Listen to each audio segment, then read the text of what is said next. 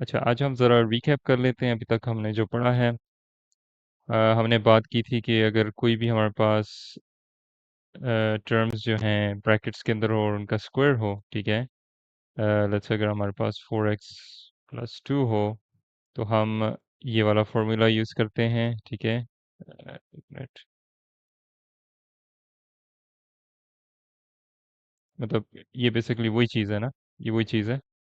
तो इसको हम पहली टर्म का स्क्वायर लेंगे, फिर दूसरी टर्म का स्क्वायर लेंगे, ठीक है। और डिपेंड करता है साइन का, क्योंकि इधर हमारे पास पॉजिटिव है, तो हम पॉजिटिव साइन लेंगे टू मल्टीप्लाई कर देंगे दोनों ए बी को, मतलब दोनों टर्म्स को वापस मल्टीप्लाई कर देंगे। इस तरह ही अगर हमारे पास कोई चीज़, सॉरी इधर उधर कोने में हो गया, तो इस तरह ही अगर हमारे पास कोई चीज़ नेगेटिव में आ जाए, ठीक है, तो आपने इसको अगेन उसी तरह, इसका जो फॉर्मूला है वो स्लाइटली डिफरेंट है, ठीक है। उसमें ए स्क्वायर है प्लस बी स्क्वायर है, बस ये वाला साइन नेगेटिव हो जाता है, और टू ए बी, मतलब ए टर्म और बी टर्म को मल्टीप्लाई कर देना है -2 के साथ। और जैसा मैंने बात की थी, इधर आपने ये ख्याल रखना है कि जो साइन आप,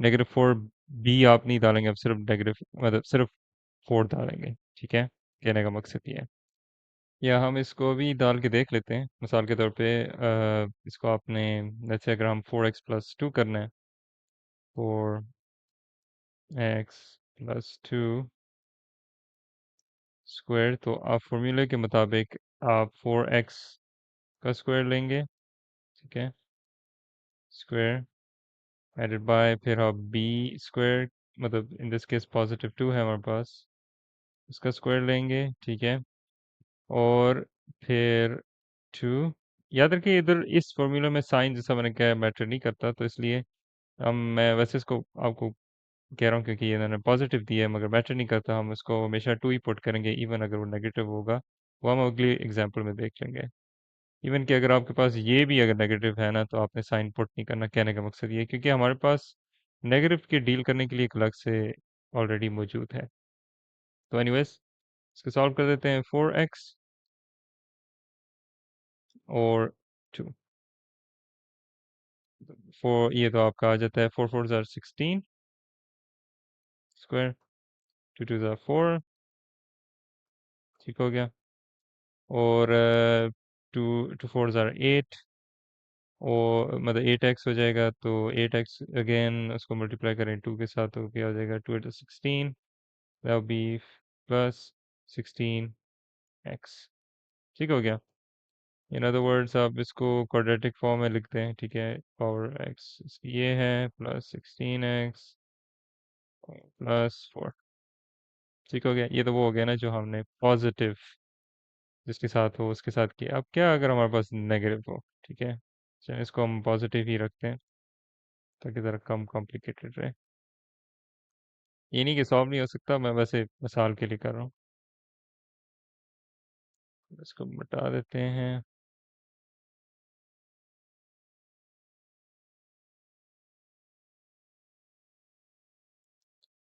तो हमारे पास क्या है, अगेन 5x का हम स्क्वायर लेंगे, ठीक है। ये मैं डायरेक्ट सॉल्व कर रहा हूँ। और प्लस हमारे पास ये नीचे, हाँ, तो ये नेगेटिव है ना हमारे पास 4, मगर इस तो हम फिर भी इसको 4 ही लेंगे और इसका स्क्वायर लेंगे, ठीक है। यहाँ हम नेगेटिव साइन डाल देंगे क्योंकि हमारे पास नेगेटिव था इधर, ठीक है। तो इसको हम इसमें डाल देंगे 2, पहला हमारे पास 5x, और दूसरा हालांकि इसका नेगेटिव साइन है, जो हम बाकी फॉर्मूला में तो हम एज इट इज करते हैं, बस इस फॉर्मूला में ये एक एक्सेप्शन है, तो यहाँ हम 4 डाल देंगे, ठीक है, -4 की जगह। अगेन इसको आप मजीद सॉल्व कर दें। 5 5 25 x⁻², जैसा हम पहले पढ़ते आ रहे हैं कि किस तरह पावर्स डील होती हैं वेरिएबल्स के साथ। तो 4 4 16, और अब आ जाता है हमारे पास नेगेटिव साइन, तो 2 5 ज़ार 10, ठीक हो गया। और 2 5 ज़ार 10 और 5 40, बस 40x हो जाएगा। अगेन इसको रीअरेंज कर दें, क्वाड्रेटिक फॉर्म में डाल दें, 25 एक्स स्क्वायर मतलब एक पावर एक्स है कहने का मकसद है। दूसरा हमारे पास सीधा एक्स है, सादा सा एक्स है। पता नहीं इधर नीचे आ रहा है या नहीं। चलो मैं अगर एक मिनट इसको मैं दोबारा बता देता हूँ ताकि ना आपके उधर आ जाए। ये लग रहा है शायद नहीं आ रहा। 25x स्क्वायर, ठीक है, -40 एक्स, मतलब इसको रीअरेंज आप इस तरह कर सकते हैं सफाई के लिए। तो ये हो गया आपका आंसर। तो आप देख सकते हैं ये फेयरली स्ट्रेट फॉरवर्ड है, कोई इसमें कोई एडवांस वो चीज़ नहीं है। बस साइंस का ख्याल रखना है और साइंस को इंक्लूड नहीं करना। जब आप दो ऐड कर रहे हो इधर आप, और ये जब आप मल्टीप्लाई कर रहे हो -2 के साथ, मतलब कहने का मकसद है कि साइन ज़रा भी इंक्लूड नहीं करना, ठीक है, इवन वो अगर नेगेटिव हो। ये सिर्फ फॉर्मूला की एक्सेप्शन है। और जहाँ भी आप जो भी आप फॉर्मूला यूज़ करेंगे उधर आप बेशक जितने साइंस डाल दें, ठीक है, मगर इसमें नहीं डालने आपने, कहने का मकसद भी है। इसी तरह हमारे पास दूसरा जो आया था फॉर्मूला वो था हमारे पास, जब हमसे पूछा जाता है कि अगर हमारे पास जैसा दो बाइनोमियल्स होते हैं ना, सॉरी, दो बाइनोमियल्स लेट्स से अगर मल्टीप्लाई हो रहे हैं, ठीक है, सही हो गया। तो इसको हम किस तरह के कन्वर्ट कर सकते हैं, मतलब इस टर्म को इसके साथ और इस टर्म को अगेन इसके साथ और इसके साथ मल्टीप्लाई करके हमारे पास जो टर्म बन जाती है, ठीक है। इसी तरह अगर हमने उसी टर्म को वापस इस फॉर्म में लाना है, ठीक है, मतलब दो बाइनोमियल्स में, के लिए तो हम क्या करते हैं, हम क्वाड्रेटिक फॉर्मूला यूज़ करते हैं, ठीक है।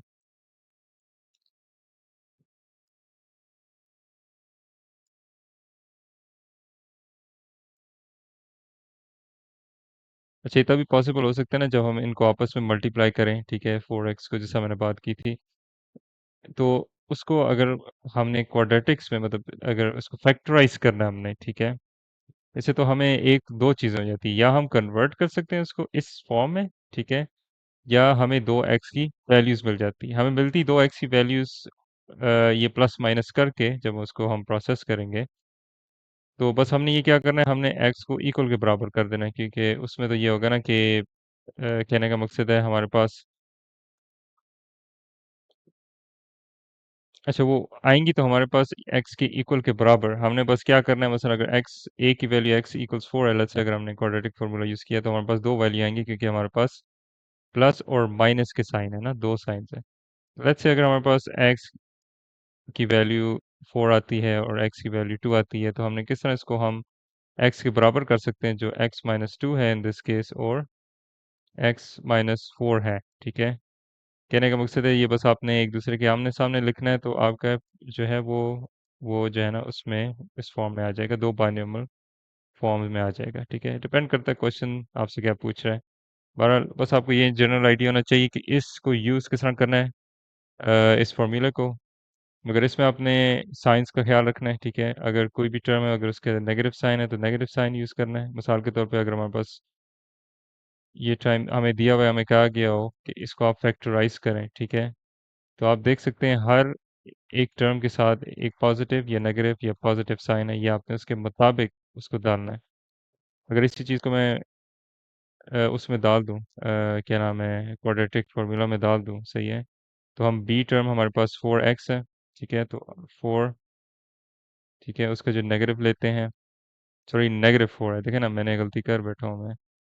हमारे पास वो -4 है, ठीक है, नेगेटिव बी जो है था ना हमारे पास, प्लस माइनस -4 का स्क्वायर है जो पॉजिटिव हो जाएगा, क्योंकि हमारे पास नेगेटिव टाइम्स नेगेटिव पावर में यही होता है ना कि एक ही टर्म बार बार मल्टीप्लाई हो रही है, और उसको हम सब्ट्रैक्ट कर देंगे 4ac के साथ।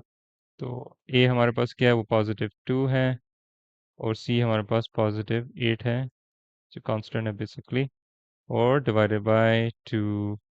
a जो है हमारे पास वो भी अगेन +2 है। तो इस तरह आपने इसको सॉल्व करके कर देना है, ठीक है। ये आपकी होगी क्वाड्रेटिक फॉर्मूला जो आपको फैक्टराइजेशन में काम आता है।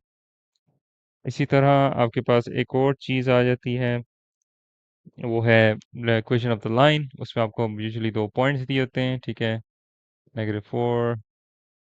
अच्छा, अगर ये दो हमें पॉइंट्स दिए हुए हैं, ठीक है।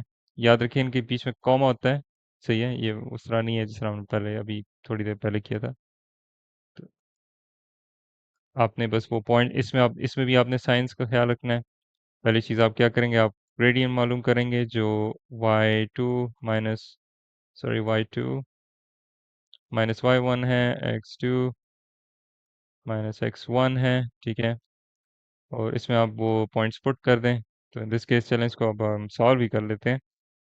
तो हमारे पास देख सकते हैं कि y2 जो है वो हमारे पास 8 है, माइनस फिर y2 जो है वो हमारे पास -4 है। तो अगेन इधर जैसा मैंने बताया था ना कि नेगेटिव साइंस ही सबसे बड़ा प्रॉब्लमेटिक होता है। तो इस सेंस ये सब्ट्रैक्ट हो रहा है और अंदर वाली टर्म भी नेगेटिव है, तो इन दिस केस ये पॉजिटिव हो जाएगी। उसको मैं अभी बाद में लिखता हूँ। दूसरा हमारे पास आ जाता है 6, उसमें भी यही कहानी आ जाती है। ठीक हो गया। तो इसको हम ऐड कर देते हैं, 8 प्लस 4 और 6 प्लस 2, हमारे पास आ जाता है ना 8 प्लस 4 9 10 11 12 12, ये आ गया 7 8, तो 8। ठीक हो गया। इसको हम मज़ीद कटिंग कर सकते हैं, जैसे हम नॉर्मली आते करते आ रहे हैं, पॉलिनॉमियल्स जिस जिस तरह भी आप कह दें। अ, तो 8 तो 12 पे नहीं जाता, मगर हमारे पास 2 कॉमन टेबल है। तो 2 4s are 8, 2 6 are 12, again 2 2s are 4, मज़ीद कटिंग भी हो सकती है। और 2 3s आर 6, तो 3/2 हमारे पास आंसर आ जाता है। ठीक हो गया। और इसी चीज़ को आपने, आपके पास एक और इक्वेशन थी, मैं इसको इधर बता देता हूँ।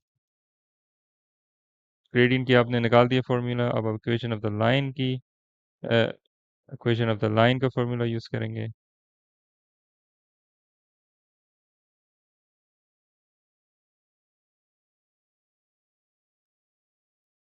वो हमारे पास, इसको हम लिख देते हैं ना, हमारे पास m तो आ गया है 3/2, और हमारे पास इक्वेशन ऑफ द लाइन जो है वो mx प्लस c है। और इसका फॉर्मूला जो है वो बेसिकली ना y2 माइनस y1 इक्वल्स, ये बेसिकली हमारा स्लोप का जो फॉर्मूला था ग्रेडियंट का, उसको हमने मॉडिफाई किया, x2 माइनस x1। और इसका असूल ये है कि आप कोई भी पॉइंट ले लें, ठीक है। हम पॉजिटिव ले लेते हैं इन दिस केस। और फिर इसमें जो, इसमें भी साइंस मैटर करते हैं, मगर इसमें लोकेशन भी मैटर करती है, क्योंकि अब हम पॉइंट 2 का हम ले रहे हैं, मतलब पॉइंट, हमने ये वाला पॉइंट चुना है जो बेसिकली P2 है। हम उसको y उसकी पोजीशन में डालेंगे, ठीक है। अगर हम पॉइंट 1 ले लेते हैं, ठीक है, ये पॉइंट 1 है, तो इसको 2, तो तब हम y1 की पोजीशन में 4 को डाल देते हैं, ठीक है। मगर अब इन दिस केस हम पॉइंट 2 यूज़ करें, तो बस y माइनस 8, ठीक है, पॉजिटिव 8 है। रेडियन हमारे पास 3/2 था। x, अब जो हमारे पास x है वो है 6 6 माइनस x, ठीक है। और इसको आपने मज़ीद सॉल्व कर देना है, जिससे आपको इक्वेशन ऑफ द लाइन आ जाएगी, ठीक है। मसलन 8 को आप उधर ले जाएं तो हमारे पास पॉजिटिव 8 हो जाता है, ठीक है। इसको जैसे हम ऐड कर देंगे ना, ताकि ये कट हो जाए। और इसको आप जिस तरह मज़ीद 3 को मल्टीप्लाई कर देंगे, 6 18 3/6, वो आपको पता है कि किस तरह इसको मज़ीद सॉल्व करना है, जो हमने पहले डिस्कस किया था। अच्छा, अब ये है कि आज जो हमने डिस्कस करना है वो ये है कि इक्वेशन ऑफ द लाइन जो है वो आपको लाइन के बारे में बताती है इन अलजेब्रा, मतलब अलजेब्रा की फॉर्म में, जैसा हमने पहले डिस्कस किया था। मगर ये एक और चीज़ भी आपको बताती है, ठीक है। नॉर्मली तो अभी हम, हमें पॉइंट्स का पता, जैसा अभी पिछले एग्जांपल में हमारे हमारे पास पॉइंट्स गिवन थे और हमने उससे इक्वेशन निकाल दी, ठीक है। मगर कभी कभार वो आपसे ये कह देंगे, कभी कभार आपसे ये कह देंगे भाई, आपको इक्वेशन दे देंगे और आपसे पॉइंट्स पूछेंगे, ठीक है। तो पॉइंट्स डालने का फिर तरीका ये है, सॉरी, मालूम करने का तरीका ये है कि आप या एक्स डाल दें या वाई डाल दें, आपके पास आंसर निकल आता है, ठीक है। और ये अक्सर इस फैशन में आता है कि आपको कह देंगे ये हमारे पास इक्वेशन ऑफ द लाइन है, आपको ए बी सी और डी में ना आपको ये पॉइंट्स दिए होंगे, ठीक है, एक्स एंड वाई, ठीक है, और एक्स एंड वाई मतलब कोई से भी पॉइंट्स होंगे, कहने का मकसद है, मतलब चलें एक मिसाल के तौर पे हम 4 ले लेते हैं, ठीक है, और 7 दे दें, ठीक है। तो आप किस तरह मालूम करेंगे? इसका जो सबसे क्विक मेथड ये है कि आपने उस इन चारों जो है ना ऑप्शंस में जो इनके एक्स होंगे, ठीक है, ये तो फिलहाल मैंने मेंशन नहीं किया, लेट्स से अगर इसका 5 था, इसका 6 था, ठीक है, इसका 10 था, आपने क्या करना है, आपने वो पॉइंट डाल देना है, ठीक है, और आपको जो y की वैल्यू मिलेगी ना वो इधर मैच करनी चाहिए, ठीक है। अक्सर ये होता है कि आपकी ना y की वैल्यू a में मैच करेगी ना b में करेगी, मतलब जो आंसर आएगा आपके गलत होंगे, इसमें गलत होगा, इसमें गलत होगा। और जैसे अगर आपने 4 डाला x, मतलब इधर आपने 4, ये x है ना, x की वैल्यू हम डालें तो इसमें हम सब 4 डाल देते हैं, ठीक है, और 8 को, मतलब जिस तरह आप नॉर्मली सॉल्व करते हैं अलजेब्रा को, जो y की वैल्यू, लेट्स से मैं वैसे कह रहा हूँ होगी नहीं, मगर लेट्स से अगर आपकी वैल्यू 7 आ जाती है तो इसका मतलब आपके पास डी जो है वो करेक्ट ऑप्शन थी।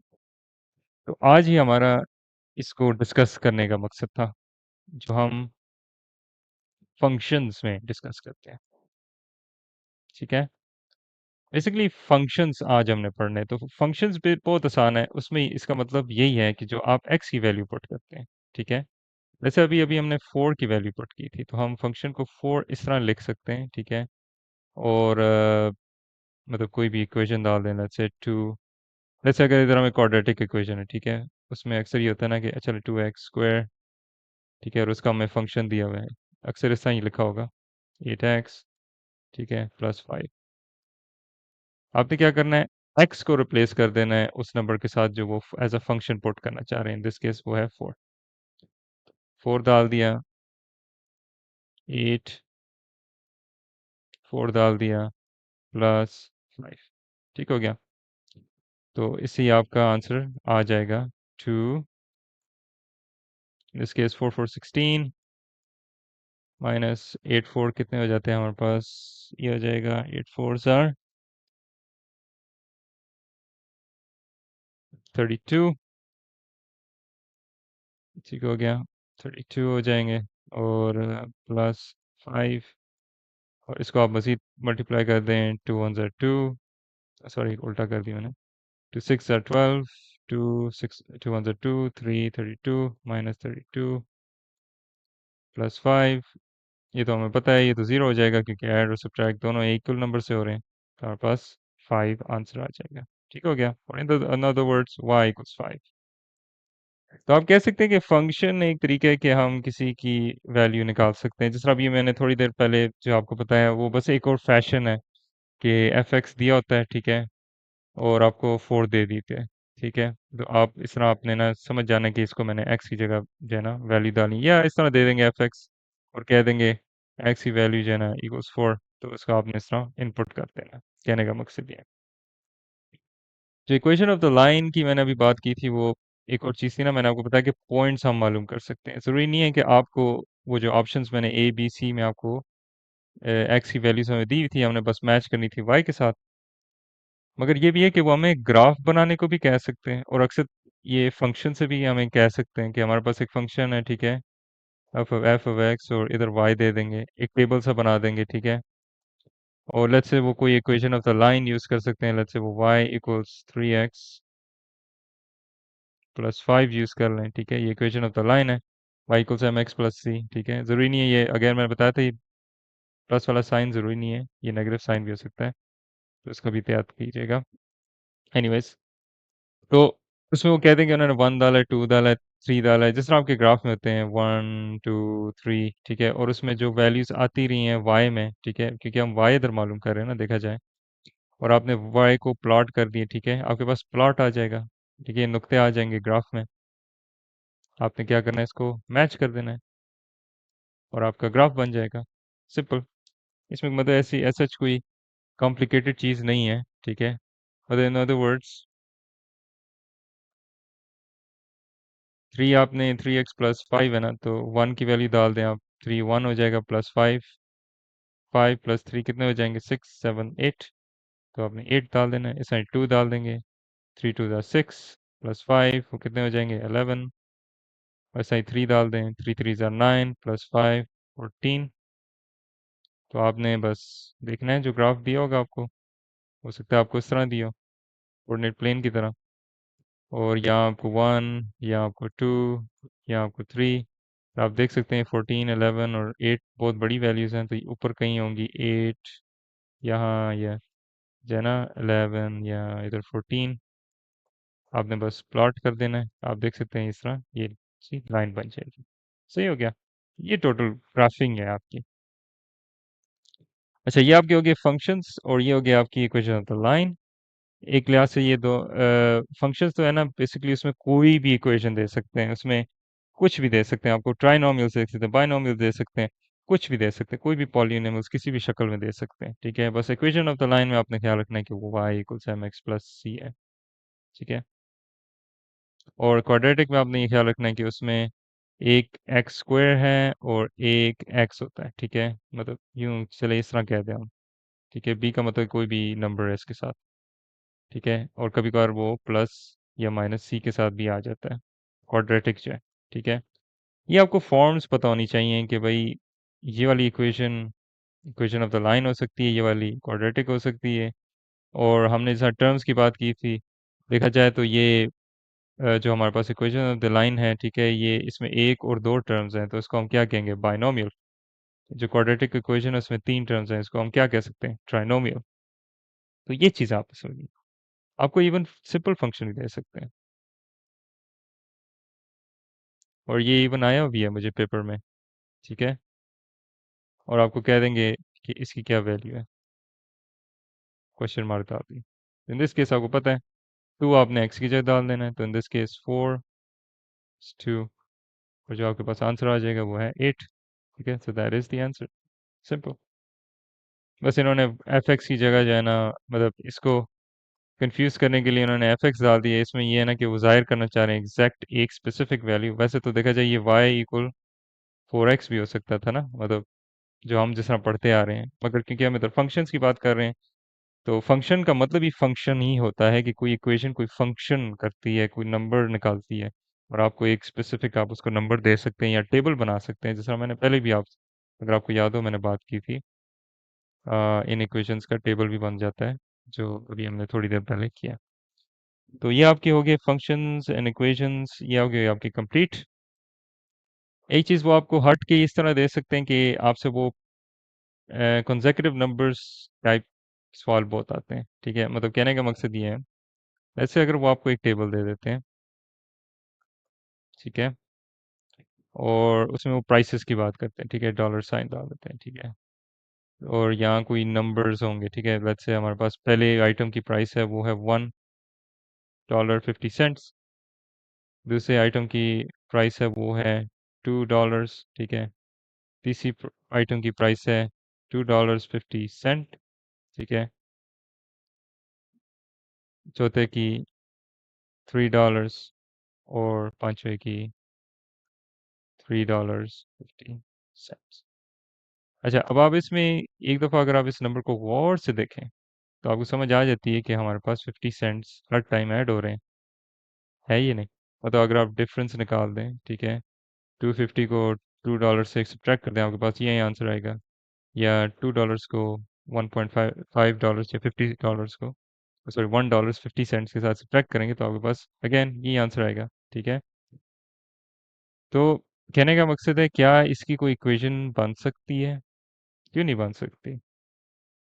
इसकी इक्वेशन यही हो सकती है ना कि आपके पास y जो है वो हम अगेन जो किसी आइटम, लेट्स से हम, हाँ y तो सॉरी आंसर है, x जो है हम किसी आइटम को ले लेते हैं। ठीक है, तो फर्स्ट आइटम है,